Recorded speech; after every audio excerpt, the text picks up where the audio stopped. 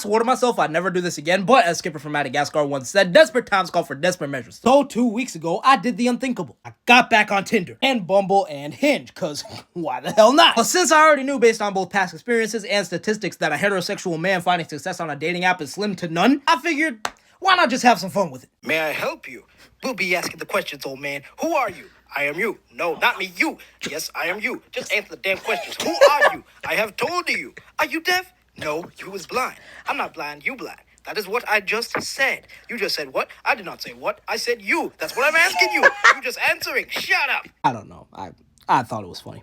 Why did Spike from X-Men Evolution never become like a thing? He was an original character invented for the show who, in my opinion, had a really cool power set. But unlike X-23, who was also invented for X-Men Evolution, Evan Daniels' Spike was never folded into the continuity. Spike was brought into the show because the main team of X-Men were much younger in this version, and since they didn't want to age down Storm because they wanted her to be a mentor figure, they still wanted that black representation in the main cast, just decided to create a new character who more fit the vibe of the show they were going for. So they created Evan Daniels, a young athletic skateboarder who's also Storm's nephew, with the power to produce organic projectile spikes from his body. Spike was one of my favorite characters on the show growing up because I really related to him. Like, I was kind of this academic underachiever who was always slacking off from his studies to do his own thing, but when the situation got serious, so did he. Thought his rivalry with Quicksilver was really well developed in that first episode, and I really wish they explored that more as the series went on. I also liked how later on in the series, when the mutants got exposed to the world, he kind of became that one character who was like, man, fuck these humans, they don't like us, I don't like them. And as his powers evolved and he left the team to join the Morlocks and became kind of this armadillo character with flaming spikes, Bro became a certified goon. He was bout that street life. Xavier and the X-Men were all like, oh, let's hold hands and sing Kumbaya. Spike was like, nah, wish a motherfucker would say some shit to me about mutants. I wish they would. Point where even had Wolverine going,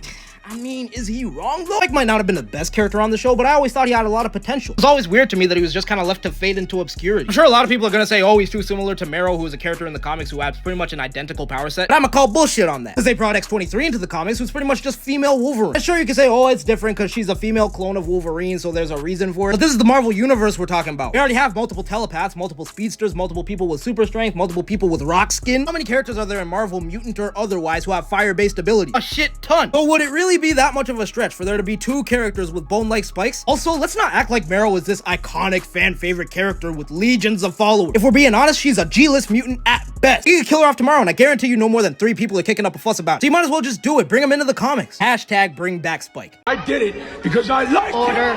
Hell, I loved it. I'm sitting here, I'm just itching. I'm itching to do it again. And you think, what? You think you're gonna send me to a nut house?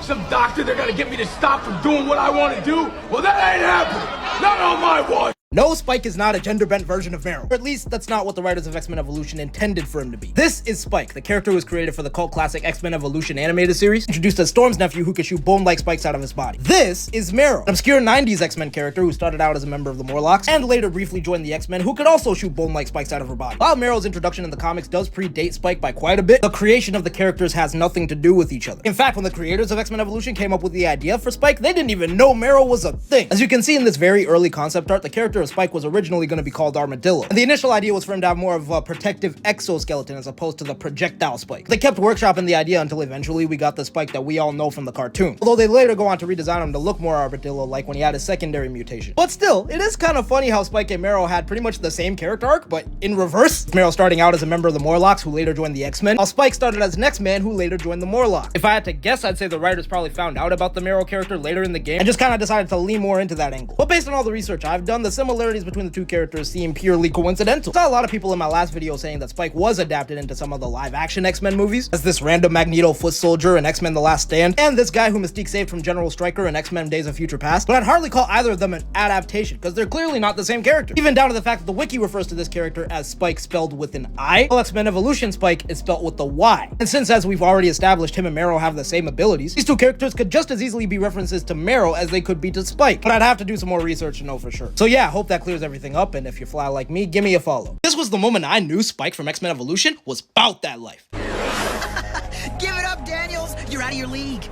Not this time, Pietro. Imagine trying to chase a speedster on a skateboard. Woo! Nah, this constant disrespect from Pietro needs to stop, no matter bro. What I do. Holy. Spike boy, say bye-bye to Bayville. His super speed was We have to stop him. I've tried. He's just too fast. I thought you said all that training stuff would help.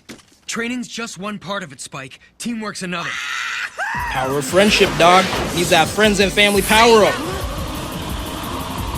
Gene, he can't run if his feet are off the ground. On it!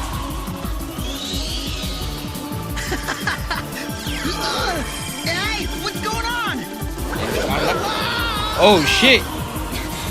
He on that Beyblade timing.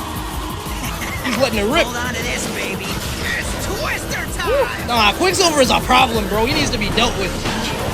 Holy. I find it funny that like he was shown to be this OP in his first episode, but proceeded to never use his powers to this capacity ever again. Spike! Lock and load! Alright, he's pulling out the blicky, let's do it! Yo, get this nigga, bro.